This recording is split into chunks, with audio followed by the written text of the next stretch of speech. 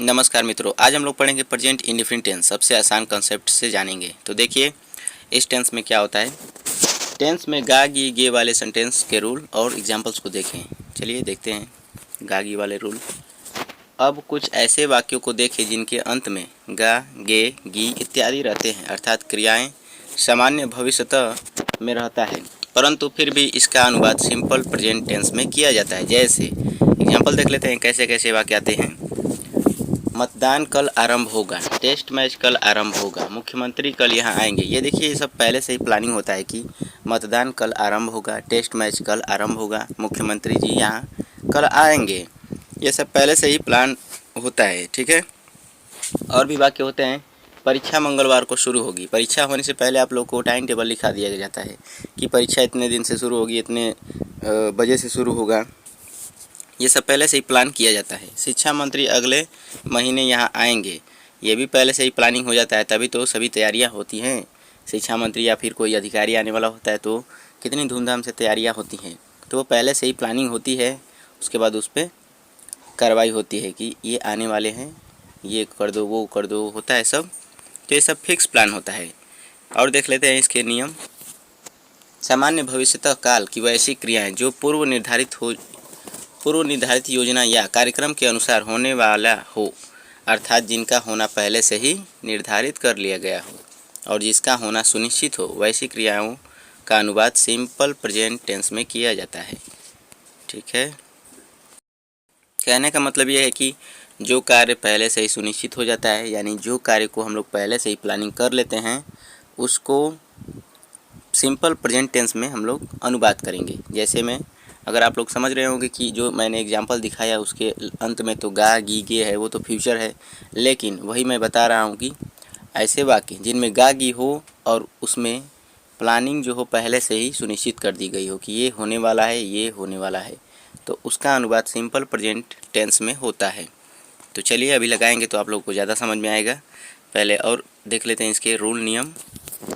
वह future प्लानेड action नियोजित कार्रवाई जो फिक्स हो, जिसके बारे में पब्लिकली अनाउंस्ड घोषणा की हो, जो अखबार टीवी या हर जगह अनाउंस घोषणा की जा चुका हो, मतलब किया जा चुका हो, वैसे सभी कार्य को सिंपल प्रेजेंट टेंस में बनाया जाएगा।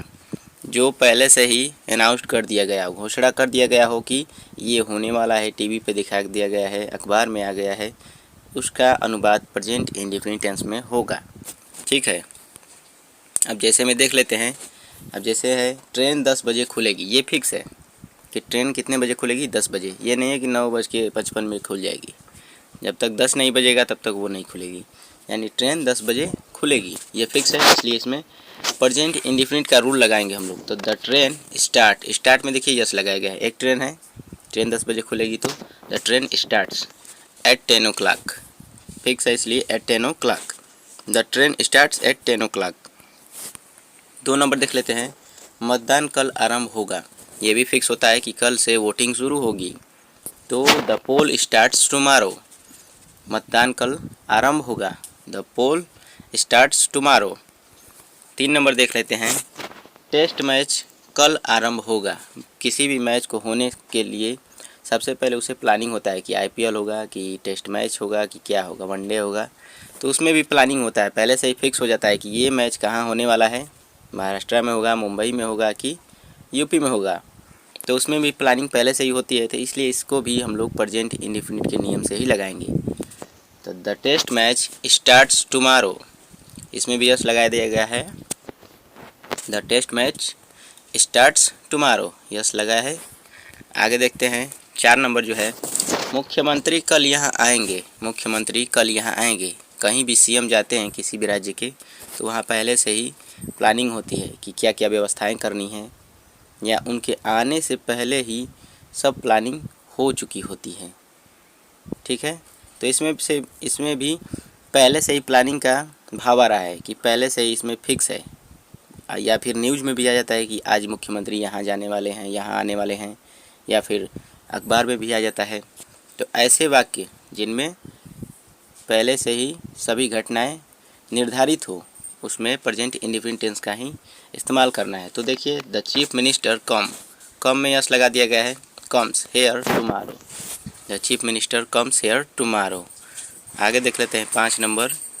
5 नंबर है परीक्षा सोमवार को शुरू होगी। परीक्षा सोमवार को शुरू होगी। यह भी देखिए परीक्षा को शुरू होने से पहले ही सुनिश्चित कर दिया जाता है कि परीक्षा कब से शुरू होगी। जैसे में टाइम टेबल लिखवा दिया जाता है कि 10 तारीख से आप लोगों की परीक्षा शुरू होगी, वो भी पहले से ही प्लानिंग किया जाता है, तब आप लोग की परीक्षा शुरू होती है। तो इसमें भी पहले से ही निर्धारित होता है, इसलिए इसको भी प्रेजेंट इंडेफिनिट के नियम से ही लगाएंगे। The examination starts on Monday. The examination starts on Monday. अब यहाँ पर ऑन इसलिए लगाया गया है कि कभी भी संडे मंडे आता है तो यहाँ पर सोमवार को है ना, तो उसमें ऑन लगा दिया जाता है। दिन में कभी भी ऑन का प्रयोग होता है, on Monday, on Sunday, on Tuesday होता है। ठीक है। 6 नंबर देख लेते हैं। शिक्षा मंत्री अगले हफ्ते यहाँ आएंगे। यह भी उसी तरह है कि जैसे कि सीएम, शिक्षा मंत्री भी आने वाले होंगे, तो प्लानिंग तो होगा ना। तो प्लानिंग हो तो क्या होगा, प्रेजेंट इंडेफिनिट होगा। तो the education minister comes here next week.